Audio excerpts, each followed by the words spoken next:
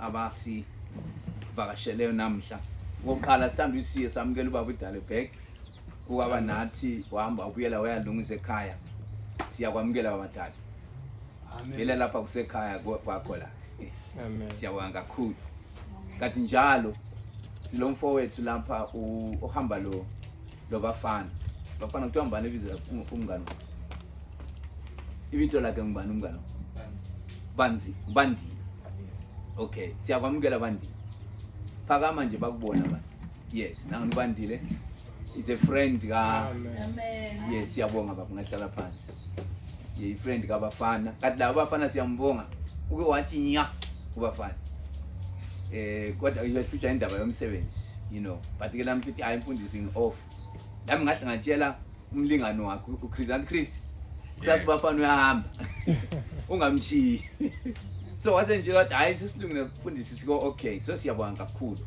Amen. kanti ke siyabonga nangu mama lapha ngimake ngitsho ngebizo lakhe ubagezile Mkhatshwa phakama mama yes akele imshayelana izandla mama angathi ukuthi semfike kangaki kwakhe la kodwa ke vele ule church yakhe limzwisise ule church yakhe iZion but ke safika dumu sakhumbula siqala ukufika lapha last year sifike emdini wakhe lapha ekhala ke la yes safika khona I think it was either November or December last year yes sathi sisuka lapho saphansi nyana laphana sakhuluma lo Tom Mathabela noThando lwana I never saw her again but I still have her number so umama bengihlala every time ngingafika la bengayekela ukuthi ngifikela ngidlule ngimbuze abantwana bathi make kakho usem17 make kakho usem17 wesathi ngithi yafika kuthiwa use church kodwa ke hayi asimntshontshe church yakhe bengimbheka nje siyabonga ma thank you for coming umama ule problem uzela khashana limzisi swethi yabonga kakhulu thank you for coming kanti ke silo busiswa I think they are now coming maybe for the third time or so lo Banzile umnawa thank you very much kumbe kulomnye futhi engingamboniyo engakodwa ke lani bazali nonke sithanda ukulibonga you know abazalwane bethu abanye kabakho kodwa basendaweni enhle kakhulu omake baye South Africa kule conference uDr Moyo lo Mrs Chuma lo Zinhle Motsa I'm sure they're having a good time ngithemba next week nxa kuthiwa ama items kumbe ubufakazi I think bazabangisana ukuza lapha you know unless nxa besithi otherwise but ke khanya bahamba kuhle and they God willing they will be coming baphenduka namhlanje udadewethu uLwazi useZimbabwe she's gone there for writing exams uyebhala imhloliswe so simkhulekele angithemba ukuthi iviki eqala nxa ngabonge vele sebeqalisile iviki eqala bayaqala so bayiswele imthandazo yethu kanti futhi ufowethu Mphumuzi unjela ukuthi hayi namhla semsebenzini I think ngaphambanisi la next week futhi asoze sibe la otherwise I think isengithinte wonke njalo ke siyakhuthazana ukuthi ngama Wednesday asihlanganele bazana nxa sila siyabe sila from 5 to 6 nxa ukuthi wena sihlangana online siyabe sizasho ukuthi asihlanganeni online but otherwise thank you for those that are joining laba abathintana abangena emthandazweni kuyasita kakhulu kuyasita kuyaphakamisa futhi bani so uNkulunkulu asisite mfuna ke siphakame ke ngihlabela ngikhuluma ngepraise ukudumisa these days ke nje iqalisela ipraise ke lizwi lami ngiyakwanisa ukupraise akama livume ingoma konke praise God hallelujah praise God hallelujah I love Jesus you know kanjalo you know lo dumo la sad but iyavumeleka siyabonga Chris wena umuntu webhensi so youth kumele bele choir ibhezisi layo uChris ukhona ubheki ukhona 10 bakhona lokuza uncedo labo Duma first part hayi bakhona omnashi. I think i-altar ila we call it. Yes, siyayifuna izikwala as time goes on nje lizilungisele nje libe ama-parts akhona wonke. Praise God, hallelujah. Praise God, amen. Praise God, hallelujah. Praise God, amen. Praise God, hallelujah. Praise God, amen. Praise God, hallelujah. Praise God, amen. Oh, I love Jesus. You love Jesus. We love Jesus. Praise God, amen. I love Jesus. You love Jesus. We love Jesus. Praise God, amen. Praise God, hallelujah. Praise God, amen. Praise God, hallelujah. Praise God, amen. Oh, praise God, hallelujah. Oh, praise God, amen. Oh, praise God, hallelujah. Praise God, amen. Oh, I love Jesus. You love Jesus. We love Jesus. Praise God, amen. Oh, I love Jesus. You love Jesus. We love Jesus. Praise God, amen. To me, son, hallelujah. Oh, to me, son, amen. Oh, to me, son, hallelujah. To me, son, amen. Oh, to me, son, hallelujah. Oh, to me, son, amen. Oh, to me, son, hallelujah. To me, son, amen. Oh, nyamtanduche. Oh, uyamtanduche. Oh, siyamtanduche. Oh, son, amen. Oh, nyamtanduche. Oh, yamtanduche. Oh, siyamtanduche. Oh, to me, son, amen. Amen. Amen. Singahlala phansi. Akuyabona bafana, I can sing. I can sing. I can sing even in worship. I can change. You are Alpha and Omega. We worship you, my Lord. You are worthy to be praised. You are Alpha and Omega. We worship you, my Lord. You are worthy to be praised. Sizayihlabela ngelinye ilanga leo. Ngiqalise phezulu but I can sing. Kodwa ke ngifuna ukuthi kube ngama-departments. Abahlabelayo bahlabele, abafakazi abafakaze, mina ngishumayele. Amen sebethandekayo. Amen. Yes, so ke be encouraged. Sihlabele. So akumelanga nxa ama-praise and worship laba lamazwi anganaphakama behlabela thina sithuke. Ngesizaba zabe bengekho. Sigcine sifike kuhlabela. So when it's time to sing, let's all sing so that even lanxa bengekho asikho le but somewhere siyakhonza. Amen sebethandekayo. Yes, ngiyaqedisa ke namhla i-topic yami eye-praise.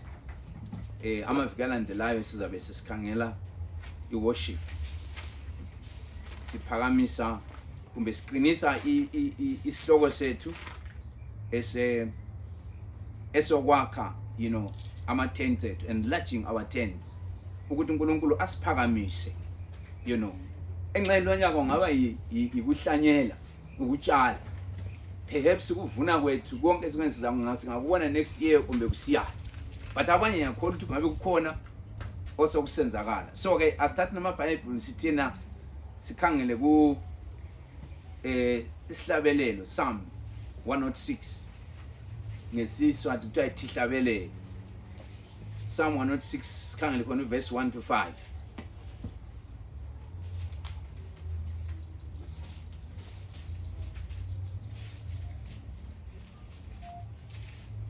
Haleluya. Dumisani simakathe. Bongani simakathe ngoba muhle. Nomusa wakhe umebuze phakathi. Ubani longalandzisa ngemisebenzi emikhulu yasimakathe. Bavakalise lonke ukuvumelana. Babusisiwe labo labahamba ngobuqotho bente kulunga ngaso sonke isikhathi. Awu, simakathe ngikhumbule. Nawusendela umusa sithe sakho. Nami ungisindise kanye nazo. Ukuze ngibone ukuthuma kwalaba khethiye bakho. Ngithokoze ekujabuleni ngesizwe sakho. Ngigabise kanye nalabani. Siyabonga. Phinde futhi uvule uPsalm 111 verse 1 to 3. Haleluya. Dumisani simakathe. Ngiyawubonga simakathe ngenhliziyo yami yonke. Ngimbonge emihlanganweni yalabaqotho neyalabangcwele. Mikhulu imisebenzi yasimakathe. Iphenywa ngibo bonke labathokota ngayo. Imisebenzi yakhe inebukhosi nelikhulu, nekulunga kwakhe kume ingunaphakade. Amen. Sikhangele futhi ke edunga u113 verse 1 to 5. Haleluya. Dumisani simakathe. Dumisani nine tingcebo tasimakathe. Dumisa libito lasimakathe. Alibonge libito lasimakathe. Manje kube phakathi. Kusukela ekuphumeni kwelilanga lize liyoshona. Libito lasimakathe liyawubongela. Simakathe umetulu kwato tonke tive nenkatimulo yakhe indlondlobele ngetulu kwemazulu. Ngubani nje lofana ngasimakathe uNkulunkulu wethu lothi ahleli ekuphakameni. Amen. Let me read Psalm 103 in King James. Praise ye the Lord. Praise, all ye servants of the Lord. Praise the name of the Lord. Blessed is the name of the Lord from this time forth and forevermore. From the rising of the sun unto the going down of the same, the Lord's name is to be praised. The Lord is high above all nations, and his glory above the heavens.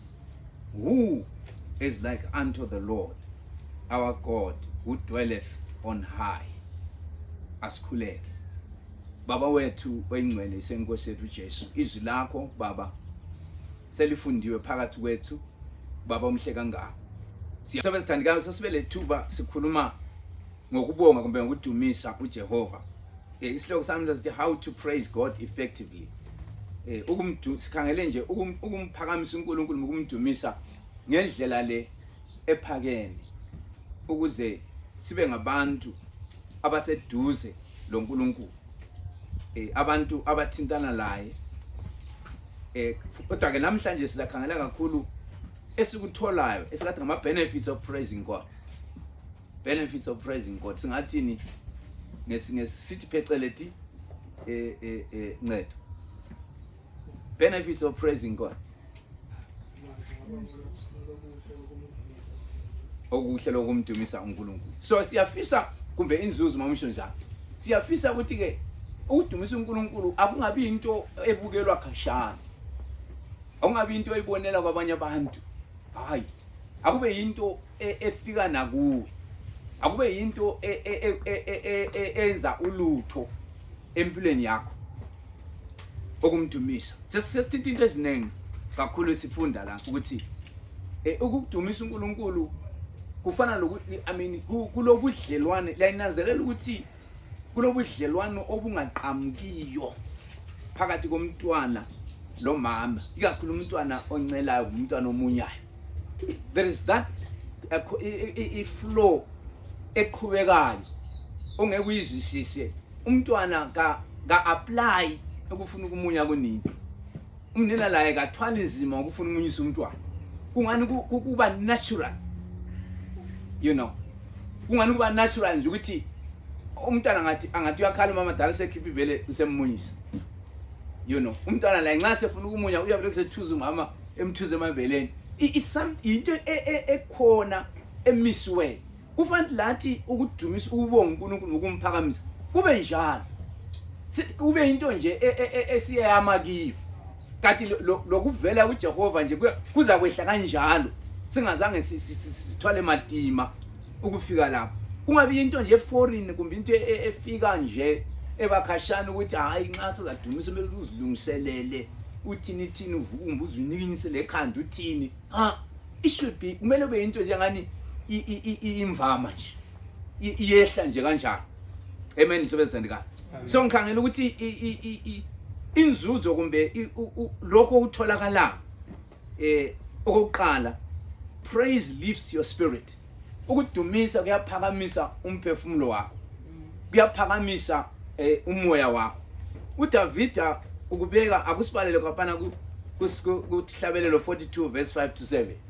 uDavida uthi yena ubona umoya wakhe uphansi. You know, kuyafika isikhathi lapho umoya wakho uba khona phansi. Lapha I mean izinto ziba madima nje. Kukhanye kungalanto ephumayo kungazakala ukuthi umnyango ungaphi kumbe iwindi lingaphi. Empilweni kumbe iphumala ngingaphi intshona ngingaphi. Akusibalele uPsalm 42 verse 5 to 7.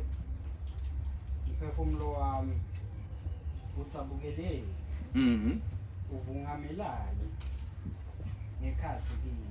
Yeah. Mani kuNkulunkulu ngobe ngisitawumdumisa. Yeah. Umsindisi wami. Yes. naNkulunkulu wami. Umphefumulo wami udzabukile ngekhathi kwami. Yeah. Ngakho-ke ngiyakumkhumbula ngiseseJordani nasetinsabeni tase-Hemoni netase-Misari. Ngiva umsindo wemanti lageletayo, itika nemabhodlo timemeta tosa shangathi ngikutshitilwa magagazi netikhukhula temfula logcwele. So uDavid asiyo David kakhulu la. Of course asidinga uDavid. Lapha ngabantwana bakaKhora. uKhora was a priest mbe ngumlevite ngesikhathi sika David. So laba ngabantwana ababebhala bebonile nje isikhathi sendumiso. Uthi yena uqala ngokuthi njengempala iwomela amanti, umphefumulo wami uyamomela uJehova. Athi yena umphefumulo wami uwomele uJehova. Athi ngizokufika nini. But ke uyananzelela ukuthi umphefumulo wakhe bakhuluma lapha ukuthi nxa sokusenzime akula muntu ongafike kuzimeni silebezithandekayo. Even labantu abasha benje bengala responsibility. Uyambona umntwana engekhaya efunda kukhona ukudla konke egqoka kuhle. Kodwa limbone stressed. Engeke ukutshengisi, angakuveti egceke. Kodwa abe stressed umuntu. Ngakibo kukahle. Hleze endlini ezinkanyazelayo kulezi mota uyabhadalelwa bayahamba ku holiday. Kodwa lo mntwana wesinsikhathi umbone esiba le problem. Umbone engani uyazi ubone sengena kuma drugs. But ngoba kulezi izinto ezihlasela umuntu ngaphakathi. Kungalandaba lokuthi kulini okuseduze. Konke kukhona. But kulezi zinto uSathana attacka impilo yakhe. Attacka umoya wakhe. Angikhulumi phela ngabantu abadala. Ngoba silama responsibilities. Kube ngumake wendile ngekhaya lapha enginoubaba vele umphatha kabuhlungu. Or vice versa. Ubaba lapha ekhaya uphethe madima umama. Kumbe abadali baphethe madima ngabantwana. So ke lokho akushewa umakhelwane akashare lolo hlupho lawo. Luchaya wena uSathana uluqondisa straight in your heart. Ungenisa enhlitweni yakho. So kuyaba madima, it becomes heavy in your spirit. But ke umuntu ongakukhulula lapho bantu abatsha msimakazi. Whether esikoleni uyafunda usuyabale akusangena ngoba umphefumulo wakho ungabale le problem awuhambi kuhle noma ngaze kube lokudla okunjani akusangena uyabusidla nje umzimba uyambili but awusakukholisi because you are under attack. Usathana uyahlasela noma ngubani noma ungumfundisi sibili I mean izinto ngani ziyahamba kwesikhathi but the devil can attack you. Angabona ukuthi akwanisi uku-attacka during the day uyaku-attacka maybe kuma-dreams, you know. So uDavida ukhuluma ukuthi so ukudumisa ukuthi noma kunjani uyasondela uNkulunkulu uqala ukumbonga uNkulunkulu usho ukuthi uNkulunkulu uyini simakade ubabazi ubukhulu bakhe ubabazi as you are saying, you know, attention yenhlitiyo yakho iyasuka kuma problems lawa ebisiyabheka kuJehova. You know, as the words are speaking, ndibona ukuthi nxa ulokukhuluma inhliziyo iyasuka ngapha kuma problems. You know, as you are speaking, you are directing it out of the problems uyibhekisa kusomali. Usho khonokho okuyiko uyabumbonga umphakamisa ngoba kwesinye isikhathi uyabusuka wathandaza ngalolu hlupho lungahambi. So the other thing is just to thank God, umphakamisa, umtshela ukuthi uyini. As you are saying, as you are doing that, umoya wakho uyaphakama. Umoya wakho uyasuka kuma problems lawa. Uyasuka. Ngisho ukuthi ngamadimoni akubambi, nxa usadumisa uJehova ayahlehla. Lemcabango le crossaya ingqondo siyalelale iyahlehla. Nxa usudumisa uJehova because iBhayibheli lithi uyahlala endumiseni yabantu bakhe. As you praise God, uyaqalisa ungakuzwa ukuthi kuthona. Kunzima enxe lamazwi ekhameka. But as you continue, after 10 minutes, 30 minutes, i-atmosphere iyachinja. Uzakuza lengqondo yakho lehliziyo yakho sivuma. Kusapheli up and ngikhuluma. You are out of that problem. You know, in your mind. Ungasala wena ukiyo physical, but in mind yakho iyasuka lapha. Yiko laba abahlabeleli besithi bona ukudumisa kuyaphakamisa umoya wakho. Okwesibili, praises help to sense your God's presence. Ukuphakamisa kuyanceda ukuthi uzwe ukuthi kumbe usondeze, you know, bring near ubukhona buka Jehova. Akusibalele ku Psalm 140 verse 13.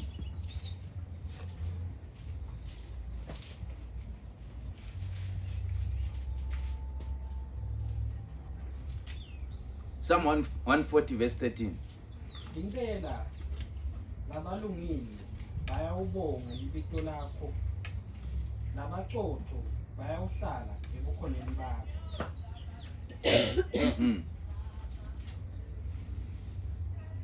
140 verse 13. Surely the righteous shall give thanks unto thy name. The upright shall dwell in thy presence. Ngoba ebukhoneni bakhe uJehova ukhona intokozo, ukhona injabulo, ukhona ukuphunyuzwa. Ngoba lumhlaba lo the systems are vele they are against humankind.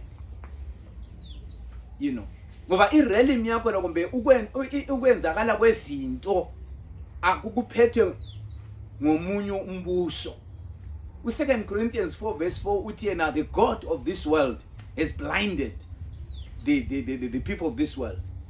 Kanti ke I think John, 1 John or something, ithi yena the world lies in wickedness. Umhlaba uhlezi phakathi kobubi. So nxa uNkulunkulu engangenelanga emumweni, ungahlala usemumweni ongela uNkulunkulu phakathi. I-negativity ihlala iseduze lwakho. Ukuphambaniseka uhlala useduze kwakho. So ipraise ke iyasiletha I mean phambi kaJehova. Isebenza thandekayo. Leyo into yomuntu lomuntu. Kumele ukuzinika ithuba ukuthi ubonge nje uNkulunkulu. Umbonge, of course simbonga ngalokho asenzela khona. Ngokusinika impilo, ngokusiphilisa, ngokubona, you know, kumbe ngabaza abatali, kumbe ngabafowethu bephila, kumbe lokho asinika khona. Khona nje ukuthi ubonile ilanga liphumile namhla. We praise God. Ngoba namhlanje nxa singarecorda nje khona apha eSwatini ukuthi lamhla abanye uthe ilanga liphuma bengavukanga bangaka ngamanga. You know, bebekufuna lawo belama plans beplanile bekhangela ukuthi athi iChristmas yeza sebethawele iChristmas. Abanye nxa sebethengele izigogo zeChristmas. But here sekufika isikhathi sokucina. You know, ukujabula kumnandi but ungajabuli ukhohle ukuthi kulo Jehova. Amen. Ukujabula kumnandi ukujabula uthini but noma ujabula kanjani zifundise engqondweni yakho ukuthi kulasimakade. Kumele ngenze olunye ulutho ngilezela usimakade ngikhulume nje lo simakade. Ngokuba khona kwakhe. Amen sebesithandekayo. Abanye abantwana bakhumbula abantwana bathi betalwa nje. Bahle bafa betalwa. You know. Abanye bafela eziswini. Abanye bathi nje iviki nje phela. Abanye akhumbula abantu engafunda lapho. Some people engangifunda lapho ku primary. Kude nje emhlabeni. Sebahamba. Mina ngisele what good engilayo enza ukuthi uNkulunkulu abeleke emphilisa mina. What am I bringing to God? Okuyifavor. Ongenza ngibe ngcono kulabanye ukuthi mina ngibe khona lokho ngiqhubekela phambili.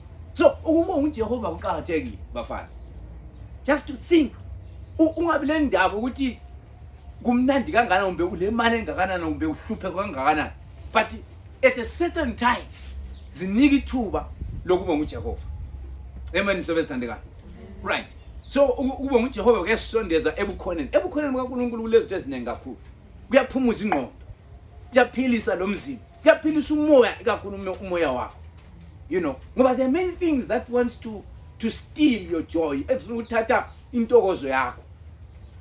You know, your joy. Uba nguwe nje, uthi kuhlale nje uthula ungezwa kulezinto engani ziyakuminyezela ngani ziyathini. Ekwesikhathi ube lama nightmare uzuvuka weqe usuba ngumsindo ebusuku. You know, you need that peace. Yokuthi nxa ulala. You know, kuthi nxa uvuka ekseni uzukuthi njengoba kade esisho uloku that's a good thing ukuthi ngiphilile nje. Khona nje ukuthi uphilile. Ngoba ungabala uPsalms 91 kukhuluma ngezinto ezihamba emini ezilimaza abantu. You know, okuthiwa khona these things they go in the during the day. Okuyimtshoko elethwa nguSathane. Ezinye zihamba emnyameni. And the devil is aiming them at us. Ngoba kuthiwa khona the thief cometh not. uSathane uyeza ukweba lokubulala lokubhidlisa. Kodwa nguJesu osinika impilo ukuthi sibe nayo igcwala iphupho. So ubonga usifaka ezingeni elokwazi ukuthi uNkulunkulu ukhona njalo usigcinile. So ebukhoneni bakhe kukhona intokozo. Ebukhoneni bakhe kukhona ukuthi ingqondo yakho ihlaliseke. Ukwadi lawe ukuzicoca uzicoce ngeke ukhangela ukuthi kusasa am right ngani ukuthi in 2 years time yabe senga. In 5 years time yabe senga. Kodwa ingqondo nxa ihlangene nje awubi nakho lokho. Ngoba all the time you are under pain. You know, you don't want ukuthi awadi nje ukuthi kuyakwenzakala njani. Kwesikhathi uzibone kube susugula. Ukuphupha engogula khona uzibona sengigule kwathi. Pero uSathane uyakwazi ukunika ipicture. Akunika ukuthi uyabona ukuqhula kwakho lokho kuza kwenza icina ku-wheelchair. Ucina usifa. Engaza ukutshengisele egodi ungena egodini. That is the devil for you. But when you are praising God, andikhumbula Abraham kuthiwa why it was against hope wengelathemba esekhulile 100 years. But uNkulunkulu wayesethe ngiza kunika umntwana.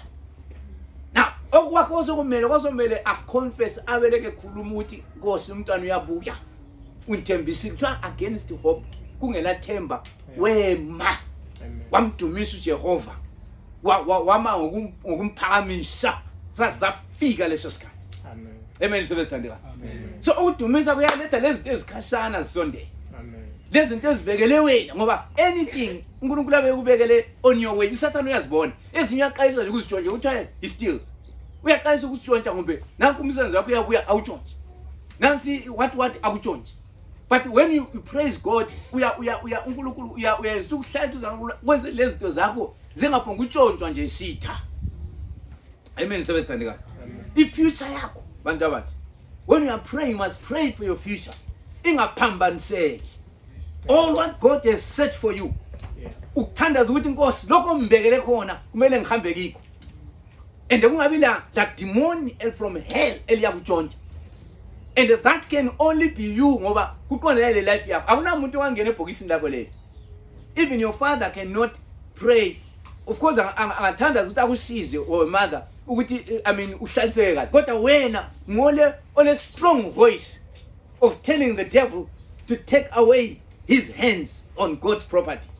Kube endleleni yakho. So ukudumisa uNkulunkulu kulamandla ngaleyo ndlela. Amen sibesithandeka. Then okwesithathu ukuthi khona praises enlarges your perception of God. Ukudumisa kuyaphakamisa ukwazi kwakho, ukuwathi wakho ngosimakathi. Sibalele uPsalm 69 verse 30.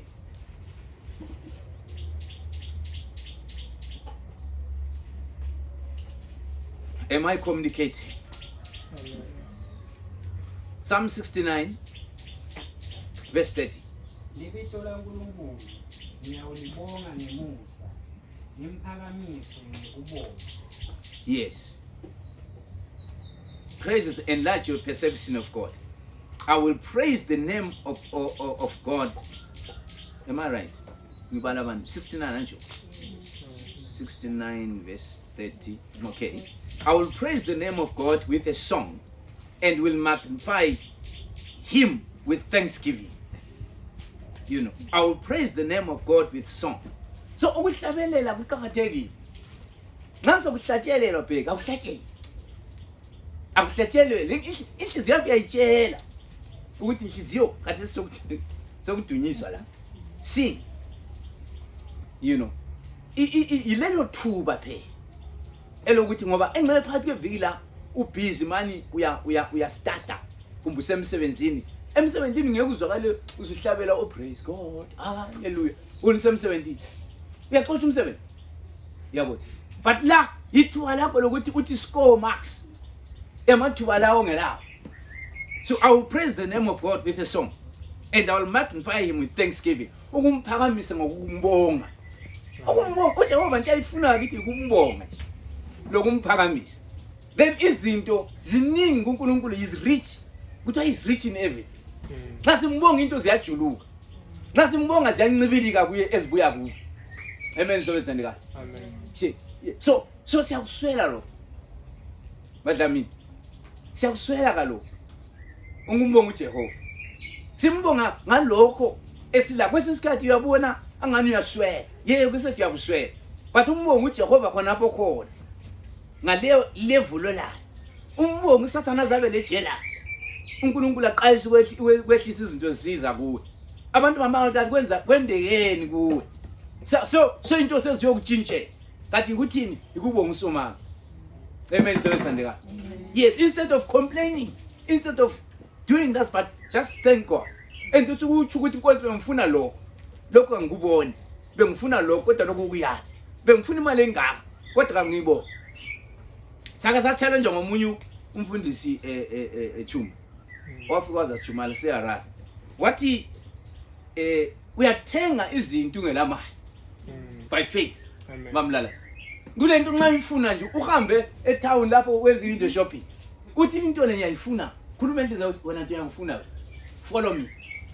By faith. And I tell you at a certain time uzahlangana la. If you take it by faith. Amen. Ngeke ngakubona kusenzakala nje. You know. Isudinga ngiyifuna. You know. Ngayihawukela sibi. Ngithi le ekhaya. Ngayihawukela kweminyaka akazi kwaba isikhathi esinako. Kodwa ngithe ngifike eSouth Africa ngazi kuhambe ke-revival. Ngayithengela leyo suit lana yangesiyo le. Ngayithengela I didn't pay a cent. So you can buy by faith. Amen. Ingabuya le nto oyifunayo by faith. Amen. Amen so kan. Ama-Nigerians bathi by fire by power. By fire by power. Bademanda. Of course okwabe ngani ku extreme but ke babelanda lokho abakulandayo. So ngilanda lokho ukuthi praise enlarges our perception of God. All right. Number 4, praise reveals solutions we cannot see. Ukudumisa kuyaletha izinto ezisita umumo wethu Psalm 73 verse 16 to 17 kumbe qayise ku 15. 73 verse 15. Yeah, to 17. Kube bengithi ke ngitawukhuluma njengabo ngabe ngihlubuke isizwe sakho sinakathi kodwa kwathi nasengicabanga ukuthi lenzaba ngingayiva njani kwaba madina ngangeke ngabona kahle ngaze ngangena endlini lengcwele yaNkulunkulu lapho nevisisa khona nesiphetho sakhe. Umhlabeleli lapha ke wayecomplain. Uyakunanzelela yini sebezithandika ukuthi kwesinye isikhathi nceda abantu abangakhonzi uNkulunkulu baphumele. Thina esikhonzayo izinto ngani nje ziba matima. Baphumelele sibele bayabona abatshontshayo. Abanye ngabathini abanye ngabarobha abantu emsebenzini, but baphumele. So umhlabeleli wayecomplain ukuthi inkosi why abantu abangakhonziyo abenza kubi bephumelela thina singaphumeleli. So he says until I came I did not understand. Verse 16. Then I thought I know this, it was too painful for me until I went to the sanctuary of God. Then I understood their end. Then understood I their end. Surely thou didst set them in slippery places. Thou castest them down into destruction. Oye kutsho ukuthi impumela yena leyo yabo ikhangeleyo ngaleso sikhathi. Ngiyaleso sikhathi phambili yaphela. It's not forever. Into okutshontshwa nje kufana ukuthi kuthiwe khona nansi imali iphonguthutsha nje. Imali ephonguthutsha iyahamba futhi masinya. Into omele uyisebenzele ube kwazi ukuthi ihamba kanje ikhule kuhle uyikhangele. That thing can stand for a long time. So umhlabelelo wayesisho ukuthi lezi zinto engingazwisisi. Why laba abantu bephumelele? Thina sikukhonzayo Nkosi. Sichama honor prayer ngazobachaya. Sifasta senze njani? Kodwa siphumelele njengabo. Bahamba ngama discovery nje, bahamba ngalezi moto ezinkulu. Thina sihamba ngamabhasikili kumbe sihamba ngama Honda Fit. Kodwa siyathandaza. Kabuhlungu sizile lokudla. Sibhadale okweshumi. Athi kodwa abesithi when I came to the sanctuary, in other words, when I came to the presence of God, ngase ngiyazwisisa ngaba lokuzwisisa kahle ukuthi la into yabo le is temporary. Ezinye phela ukuphumelela lokho kunikwa nguSathane. And ezika Satan zonke ezinye they are fake ezinye. They are not strong. Kufana lokhu omunye ade nika ubufakazi ku social media. She was once a member of the cult. Bembuza ukuthi kathi manje inyanga nxa abantu besiyacela abantwana babanikana wathi hawu wathi abantwana laba thina ngale ngespirit bayisingamantwana kodwa sibanika izinhlanzi sibanika izinyoka kodwa ke on the natural sokusiba ngabantwana and lawo bantwana they are all working for us. All what they do belongs to us. Nxa befika nje kulowo mndeni nje we have colonized umndeni wakho. Njalo abantwana laba soze baphile udlula impilo yabatala. Ngoba so bantwana that comes from God. Ngoba abantwana they are a blessing from God. Amen. Amen. But uSathane uyafanga nje into ezifake. But ke umhlabeleli wayekhala ngalokho ukuthi kulezi izinto there are some things engizihawukelayo. So ungahawukeli wonke umuntu umbone ephumelele. Kulabantu abaphumelele kuhle ngisho ukuthi abantu bonke abaphumeleleyo abantu baphumelele kuhle chef. Abantu they worked hard, they studied. Basebenta amadima. But kunabanye abangasebenzi amadima. Abathatha izinto ngale kuSathane bashine ngazo. Wona ngathi abalandela they will introduce you to that occult. Ugcine usu initiated. Ugcine usungasazi impilo sathi nje ukuthi impilo yakhe ihamba kanjani. So but umhlabeleli uthi until I came before God. Ngase ngiyazwisisa I had an understanding much. Ngaba lolwazi olukahle ukuthi into le ngiyamanga ngesikhathi esifishane phambili iyaphela kodwa oyiphiwa nguJehova ngeyakho ayiphele is there for and nxa kuphila uJehova uSathana angeke akumuke ngoba uyiphiwe nguJehova isandla esikuphileyo ngesinamandla isandla esikuphileyo ngokulapha izinto ezimanufacture khona amen sewezithandeka akufani lesika Satan when he gives you that gift has got an exchange. He gives you a gift but in exchange of your soul. Ufuna nje umphefumulo wakho ukuthi awubhidlize ufe ungekho uJehova uye kuhela. But uJesu yikesethi you know nanginika impilo yibe nayo igcwala iphupho. Amen sebezami. Asidlule. Praises helps us to remember God's blessings. Number 5. Ukudumisa kuyasisita ukuthi ke sazi ngezibusiso zikaNkulunkulu. Sibalele masinya ngokuphangisa Psalm 150 verse 1 to 6.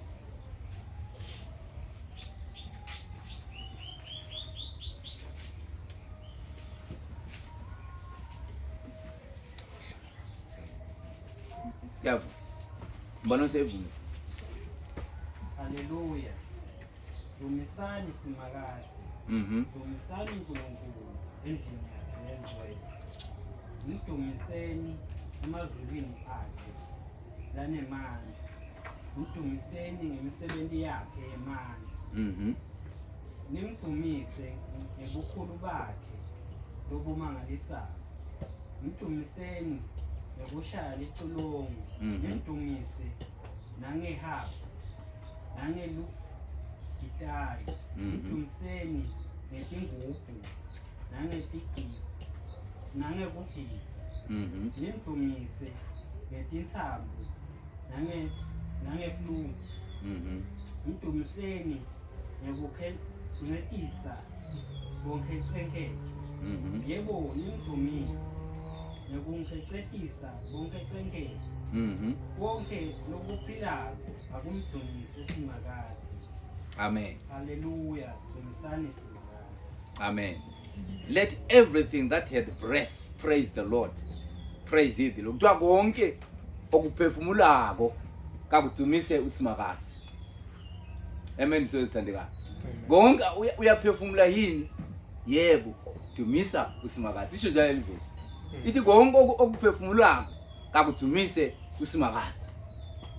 Amen sezithandeka. Amen. So it praises help us to remember God's blessings. You know, ukukhumbula nje ukuthi uJehova usenzele lokhu la lokho. For verse 2, praise him for his mighty acts, praise him according to his excellent greatness. You know, wezinto eziningi kakhulu nxa ukhangela ngapho ngakhangela amanye amaSamu kusiye emva ngapha. All right, what's it dule? Ncendo sivulele u2 Chronicles 20 verse 20 to 25. Then uduma uzasibala Acts chapter 16 verse 25 to 26. So as tuphake praises enlists God's protection. Kube ipraise iyasinika udumisa, kuyasinikeza ukuvikela usimakazi.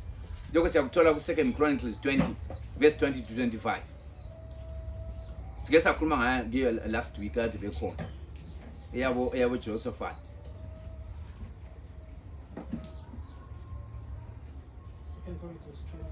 Verse 20 to 25.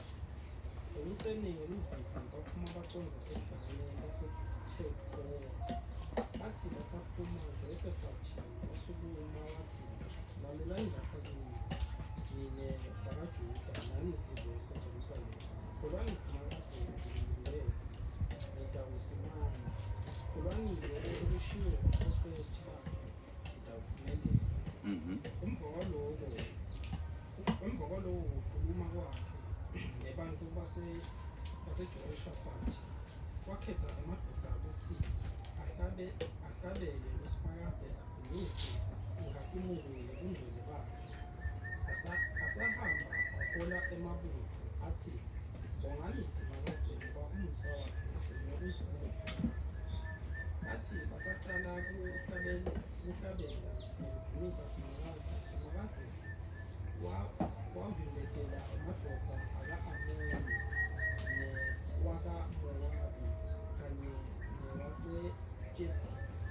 wasentshambeni wasentabeni iSeyiri labe sengenele livela kaJuda avele ehlulile amadoda aka-Amoni zewakaMowabi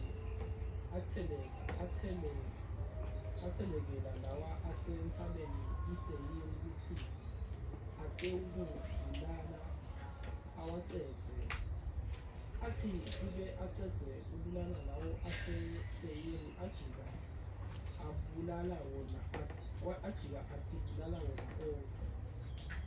amadoda akaJuda athi ibe efike endaweni leyayengamele lelihlane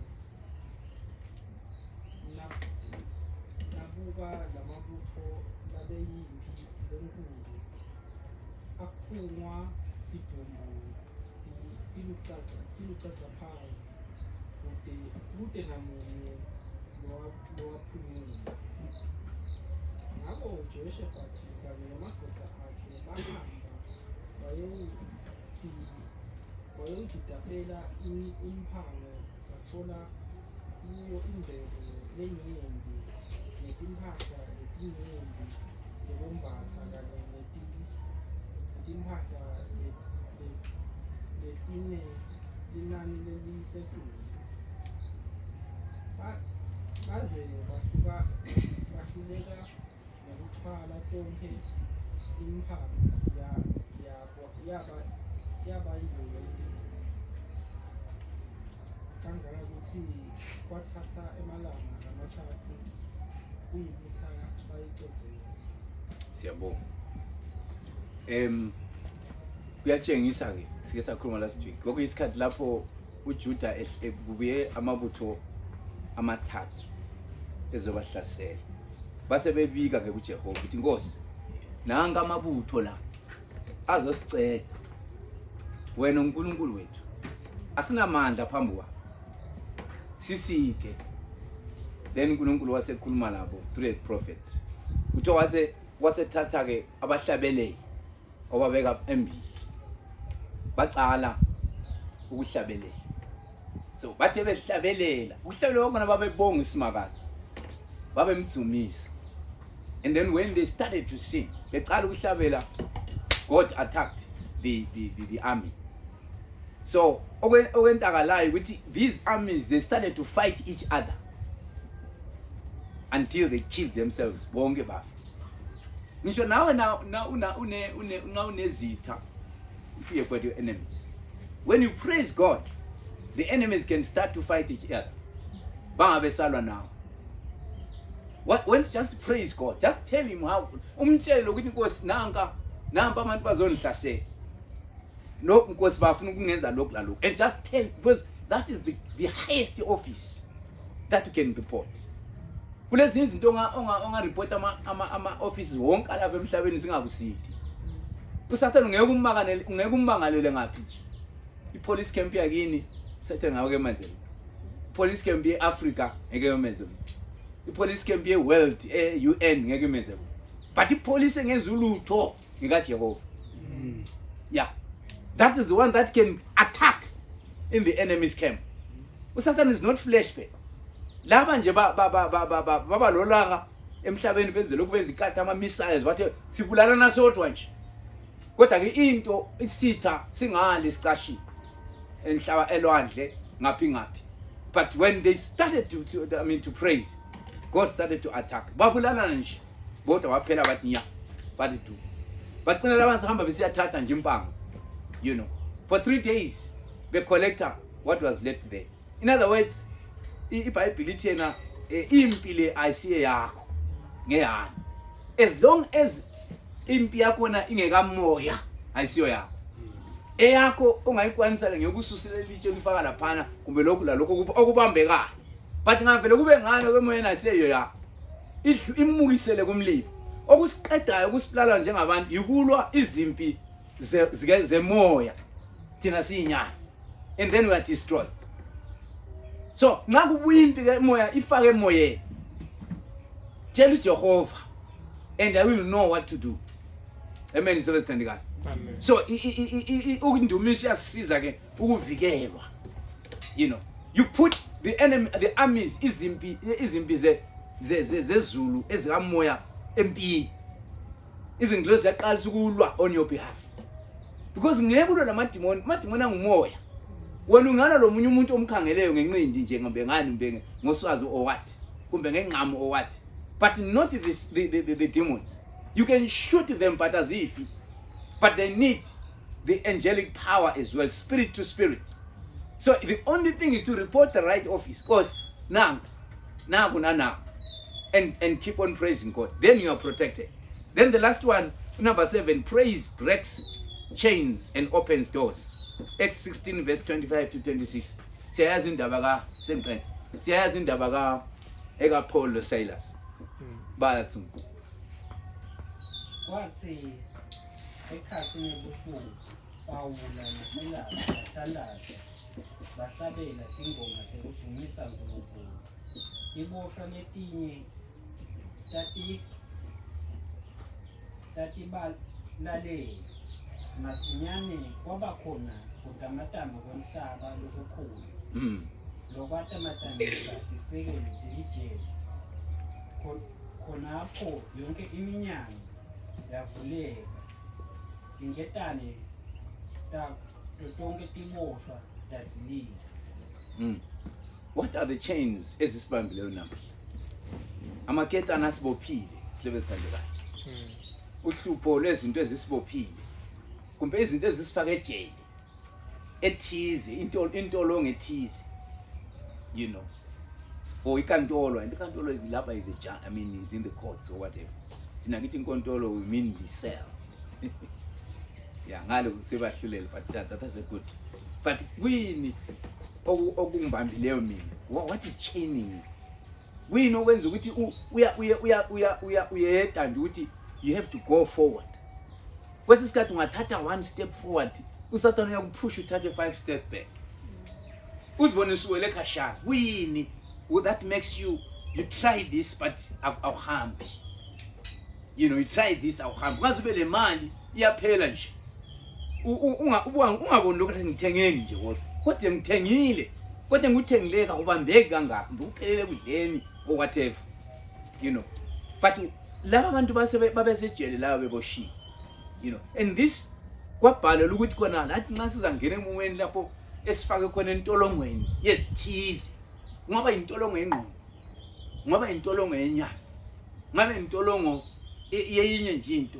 But uyeva nje ukuthi la ayikho inkululeko nje. Ngiboshiwe ngibanjiwe. Kathi ngaphuma kanje. Uyafisa ukuphuma but kusho ukuthi okukubambileyo awukubona. Okubambileyo akukemehlweni na. Kodwa kusemahlweni omunye obona lapho ongaboni khona. Amen sibezithandekayo. So baqala ke kudumisa bese kandolo. Baqala kumonga uNsimakantse, baqala kumphakamisa. Kuthiwa likhangela ukuthi kuthiwa they sing songs and praise the Lord. So ipraise uNkulunkulu ihamba lokuhlabelela. You know, so kuyafisa ukuthi ke sihlabelele. You know, wherever ayilandaba ingoma yakho nje ukuthi abantu nxa sibanenge kuyahlupha ukuthi sibe sifuna ukuthi kube le harmony. But nxa weda kula harmony edingakala. Noma le bass, noma ulani, noma ulani, ayidingakali. uJehova uyayifuthi uyiza ngcono ngoba uJehova ulalele inhliziyo. He's not listening to the sound, he's listening to what the heart is saying. Amen. So sithandekayo thina nje anti ngasihlabela kwesiyeza ukuthi uqayise ngediscord ngibutheni siyabe sizwa lokho nje ukuthi okungane kwakhona kuzwa ngibana kusithi. So ipraise kinjalo, you know, it breaks the chains and opens the doors. So ngiyafisa uNkulunkulu asiside sebesithandekayo sibe sesikhathini sokuthi sibe kwazi ukuthi praise isinika noma nje ngasilanda abathi sisafunda, but wherever you are, where you'll be staying, lapho sebendakho nxa ule chance yokuhama as songs to the Lord awuhlabelele uSimakantse emadlamini unakho lokho. Leyo ngoma nje oyathi ukuthi iyamphakamisa uSimakantse nxa inhliziyo ihlalisekele vele iyahlabelela. Ngangizwa abantu bekhona besithi nxa umake echelesile emzini wakhe uvuke kuseni nje thanyela nxa uyathanyela uyabehlabela, kumbe ngubaba ubhizi uyabiyithanga ugebhela uyabele ngoma kayihlabela. kumbe intombazana iyahamba laphana iyabihlabela ngejaha kumbe yabeshaya umlosi. So when the heart is calm, kuma nesong esuka enhlitweni. Amen sobesithandika. Konke lokhu kuvedwa ukuthi sibekwazi ukuthi siphakamise simakathe. Inkosi sibusise. Amen sobesithandika. Yes. Hayi, wethu kwanamhla sime la. Kafitshane nje for 3 minutes ake siphakameni. Ke ukhuleke lawo nje uphonga usho nje amabili amathathu phambi kaJehova. Ake simeni ngezinyawo. Just say something to the Lord. Anything ofuna ukuyisho wena ungaceli lutho nje. Uphonga usho nje amazwi amabili amathathu. Asikhuleke. Baba wethu engcwele senkosi